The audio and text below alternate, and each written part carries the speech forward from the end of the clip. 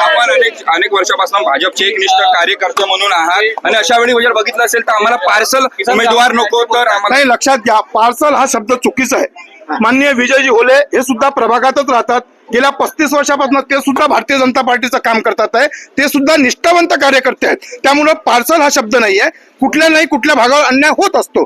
पक्ष नेतृत्व आहे. पक्ष नेतृत्वानं निवड करताना खूप मोठा विषय आहे. 2000 लोकांनी अर्ज टाकलेले आहे. त्यातले 151 निवडायचे आहे. या प्रभागामध्ये 49 लोकांनी अर्ज टाकलेले आहे. त्यातनं 4 निवडायचे आहेत. त्यामुळे असा विषय नाही आहे. ज्या भागावर अन्याय होता हा विषय आहे. या भागाच्या कार्यकर्त्याच्या भावना योग्य आहे. कारण की या अगोदर सुद्धा या भागाला प्रतिनिधित्व मिळालं नव्हतं म्हणून या भावना आहेत. तुमच्या रूपानं इथं प्रतिनिधित्व भेटणार आहे ना. मी त्यांचा प्रतिनिधी आहे.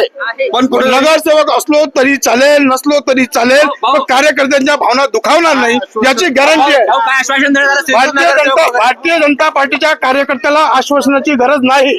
मुख्यमंत्री निष्ठावंत कार्यकर्त्याला आश्वासनाची गरज नसते. देवेंद्र फडणवीस यांची कुठे भेट आहे तुमची? नाही, आता परिणीजींना माहित, परिणीजींना सांगितलं आहे की आपल्याला जायचं आहे आणि मी त्यांच्यासोबत चाललोय. कुठे भेट आहे, नागपूर का मुंबई? त्यांनाच माहित आहे कुठं नाही जात. पण नक्कीच आहे की भेट होईल मुख्यमंत्र्यांची आणि त्यातनं सर्व चांगलं होईल. काहीच चूक होणार नाही. स्वीकृत नगरसेवक वगैरे काय आश्वासन? काही आश्वासन नाही. असं काही आश्वासन नाही. आणि आश्वासनावर जगणारा भारतीय जनता पार्टीचा कार्यकर्ता नाही. असा कार्यकर्ता जर असेल तर तो स्वार्थी झाला. स्वार्थी कार्यकर्ता भारतीय जनता पार्टीत नाहीये. पक्ष शिस्त मोडणारा कार्यकर्ता नाही. माझी विनंती आहे सर्व कार्यकर्त्यांना, मला इथनं जाऊ द्यावं.